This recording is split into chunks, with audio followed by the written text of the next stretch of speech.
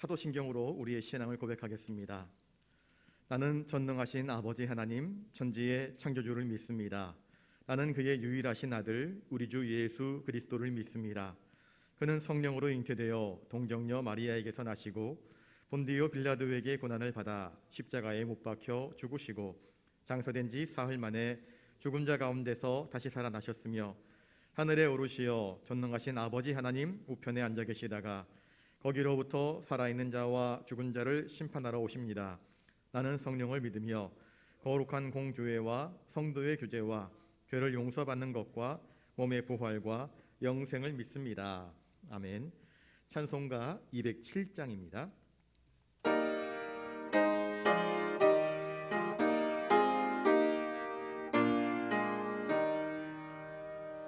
귀하신 주님 계신 곳 그 백성 함께 모이네. 함께 주를 만나니 그곳은 거룩하도다. 겸손한 사람 마음에 주 항상 같이 계셔서 외로움 없게 하시고 천국에 인도하시네. 선하신 목자 우리 주 사랑이 풍성하도다. 우리가 기다리오니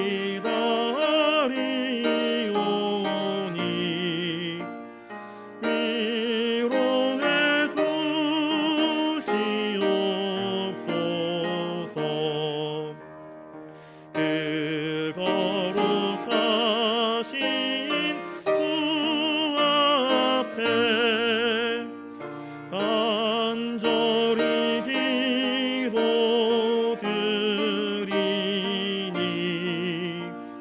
어둠 눈 즉시 밝아져 큰 영광 보게 하소서.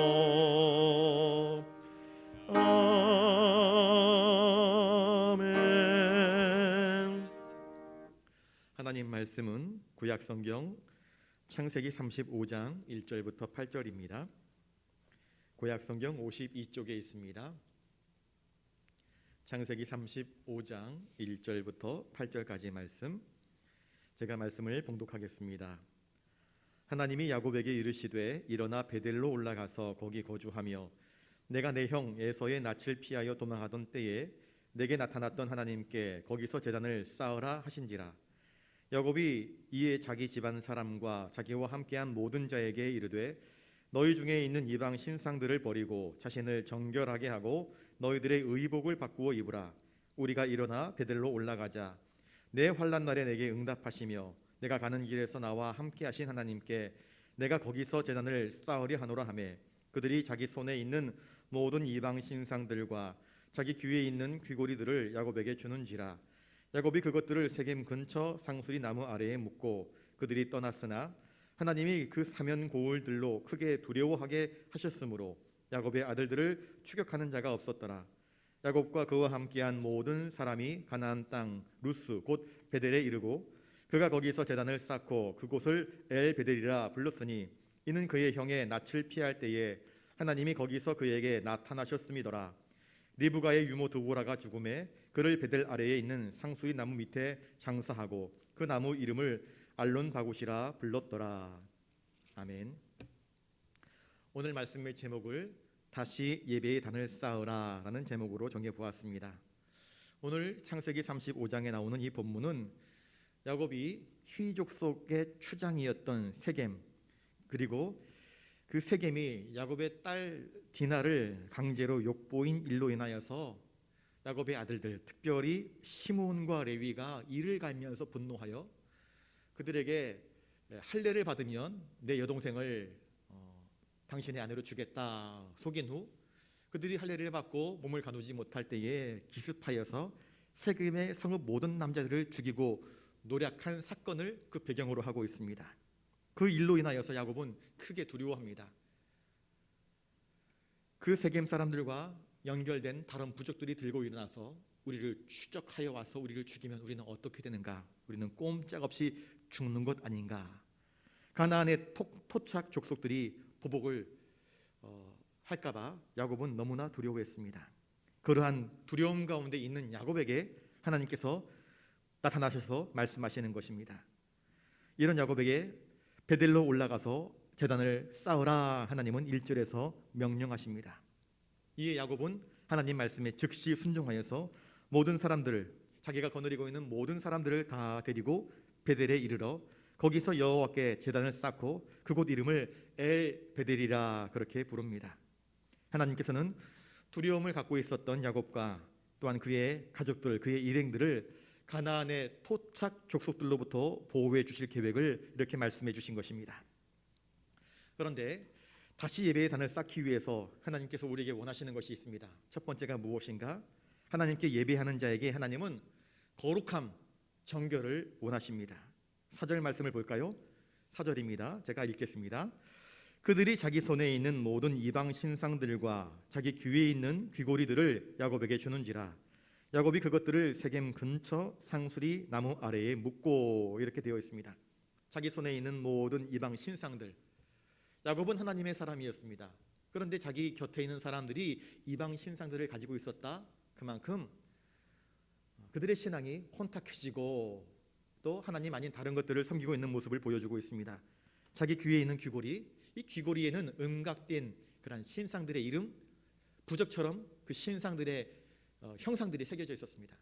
그러니 그것들 역시 마찬가지로 다 거두어 드립니다. 하나님은 절망에 빠져 있는 야곱에게 찾아오셔서 하나님과 그의 첫 만남의 자리이자 약속의 자리였던, 야곱이 그 옛날 형 에서를 피해서 도망갈 때에 이 베델에서 하나님께 서원하지 않습니까? 그 베델로 올라가라, 내가 서원한 바를 이루라. 그곳에 제단을 쌓고 하나님께 참으로 경배하며 예배할 것을 하나님은 말씀하신 것입니다. 야곱은 이 하나님의 부름 앞에서 그가 이끌고 있는 모든 사람들을 다 불러 모았는데 먼저 그들 안에 있었던 이방 신상들과 귀고리들을 다 거두어서 세겜 근처 상수리 나무 아래에 아까워하지 아니하고 다 파묻어 버립니다. 여러분, 하나님 앞에 나아갈 때에 우리가 세상에 얽매여 있는 것들을 기꺼이 다 포기할 수 있어야 됩니다. 하나님 말씀에도 따르고 싶고 세상의 것을 또 붙잡고 싶고, 이 양다리를 걸치게 되면 참된 신앙의 길로 나아갈 수 없습니다. 그래서 그는 자신이 이끄는 사람들이 소유하고 있었던 모든 우상들, 모든 금고리들을 아까워하지 않고 다 상수리 나무 아래에 파묻어 버렸습니다. 그 이유는 한 가지입니다. 하나님 명령대로 베델로 올라가서 하나님께 정결하게 나아가 예배를 드리기 위함이었던 것입니다. 저는 어릴 때에 예배를 드리는 방해 요소가 무엇이었는가? 토요일 날 명화극장이었습니다. 더 어릴 때에는요, 초등학교 다닐 때는 주일날마다 하는 만화영화였습니다. 그 만화영화 때문에 몇 달 동안 교회를 못 나간 적이 있었습니다. 저는 주일날 교회에 나가서 예배를 드리는 것보다 만화영화 보는 것이 더 즐거웠고 재미있었던 것입니다. 그것이 우상입니다. 그것이 내 귀에 가락지인 것입니다. 절망의 자리에 있었던 야곱에게 하나님의 음성이 들려옵니다.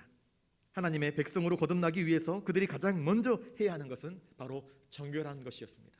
정결함을 회복하는 것이었습니다.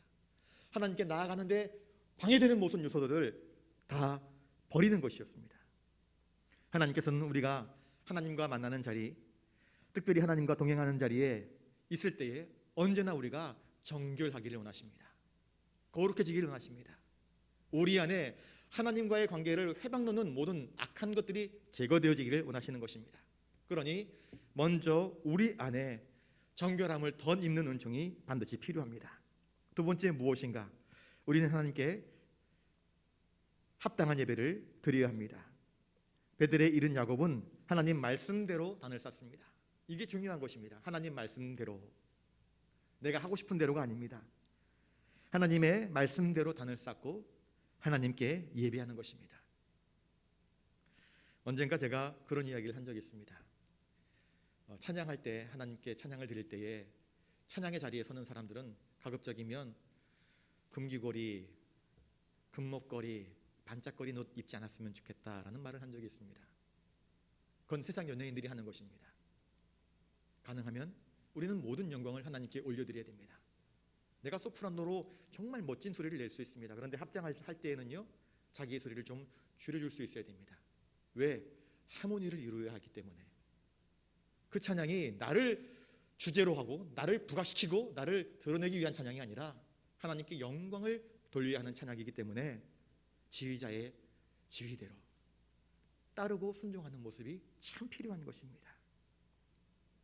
야곱에게 많은 재산이 있습니다. 자기 방식대로 하나님께 단을 쌓을 수 있습니다. 그런데 그렇게 하지 않습니다.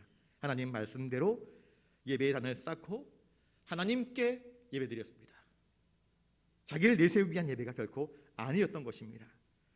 이 베델에서의 예배는 정말 두려움과 절망 가운데 있었던 이 야곱에게 하나님의 그 약속을 기억하며 하나님께 서원한 것들을 기억하며 드린 정말 아름다운 회복의 예배였던 것입니다. 환난 날에 내게 응답하시며 내가 가는 길에서 나와 함께 하신 하나님이라고 하는 이 야곱의 신앙 고백이 바로 하나님의 보호하심과 그리고 자손과 땅의 약속에 대한 그 언약을 새롭게 하는 것이었음을 이야기해 주고 있습니다.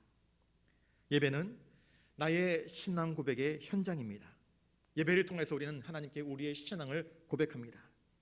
또한 나를 향하신 하나님의 풍성하신 은혜의 언약들을 확인하는 자리이기도 합니다. 그러므로 하나님을 떠난 사람은 예배를 떠나버립니다. 하나님을 등진 사람들은 예배를 드리지 않습니다. 그러나 정말 하나님의 사람들은요, 아무리 어렵고 힘든 상황 가운데서라도 예배를 사모합니다. 하나님을 의지하며 하나님께 나아가 예배 드리기를 사모하는 것입니다.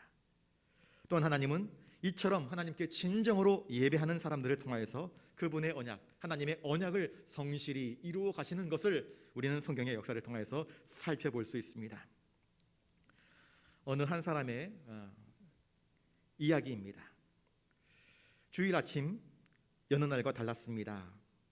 아침 일찍부터 교회에 가기 위해서 서둘러 준비하기 시작했습니다. 어머니는 미리 준비해 두셨던 깨끗한 옷과 하얀 양말을 꺼내 주셨습니다. 그 시골 촌구석에 양말을 신고 교회에 간 아이는 저와 제 동생뿐이었을 것입니다. 혹 새 옷이라도 생기면 주일에 입고 가기 위해서 며칠을 기다려야만 했습니다. 집안 살림이 그리 넉넉하지는 않았지만 어머니는 항상 빳빳한 새 돈을 헌금으로 준비해 주셨습니다. 주일 아침마다 저는 가장 깨끗하고 정결한 모습으로 교회에 갔고 교회에서 정성껏 예배를 드릴 수밖에 없었습니다. 어머니가 주신 소중한 헌금으로 과자를 사 먹을 수도 없었고 깨끗한 옷과 양말을 신은 채로 예배당을 마구 뛰어다닐 수도 없었기 때문입니다. 그렇게 저는 본의 아니게 모범생의 모습으로 예배를 드렸고 그런 제게 하나님께서는 주일마다 말씀의 은혜를 부어 주셨습니다. 주일 아침부터 예배 드리는 자리에 나가기 위해 정성을 다하는 것은 매우 중요합니다. 왜냐하면 그 정성스러운 마음을 통해 하나님의 말씀을 온전히 들을 수 있기 때문입니다. 이 부모님은 어린 아이의 신앙교육을 이렇게 다르게 세워나갔던 것입니다.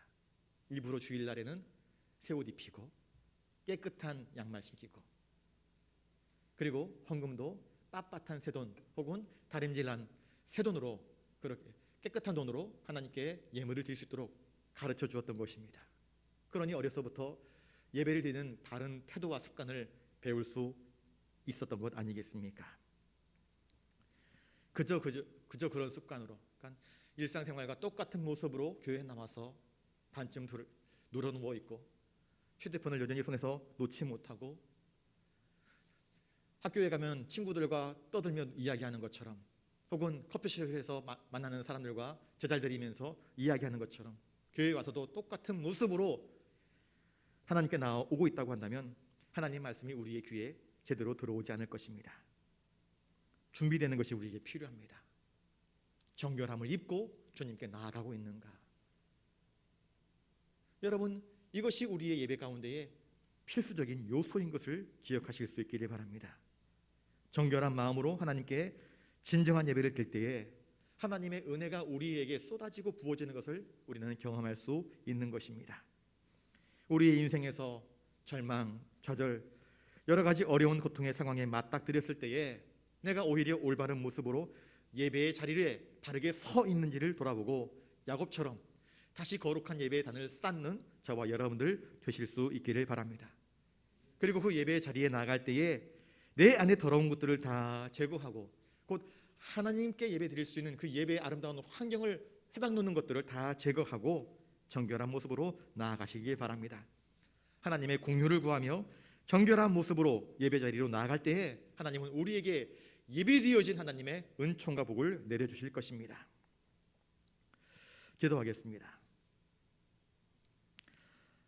하나님, 우리의 예배가 형식이 되고 습관이 되어 하나님 앞에 온전히 나아가지 못할 때가 많았습니다. 주님께 나와 예배를 드리면서도 세상 이야기를 하기 바빴고 하나님께 거룩한 찬양을 드린다 하면서 나의 잘남을 뻐기는 식의 찬양을 드릴 적이 많았습니다. 우리의 삶 속에서 말과 행실로 정결한 예배자의 삶을 살지 못할 때가 너무나 많았음을 이 시간 회개합니다. 이제 야곱처럼 정결함을 덧입고 하나님께 나아가기를 소원합니다. 하나님께서 기뻐하시는 참된 예배자로 세워주셔서 우리로 하여금 진정으로 신령으로 드리는 예배가 되게 하시고, 그리고 그 신령한 예배 가운데 부어주시는 하늘의 은혜를 맛보는 자가 되게 하여 주시옵소서. 존귀하신 예수님의 이름으로 기도드리옵나이다. 아멘. 찬송가 214장입니다.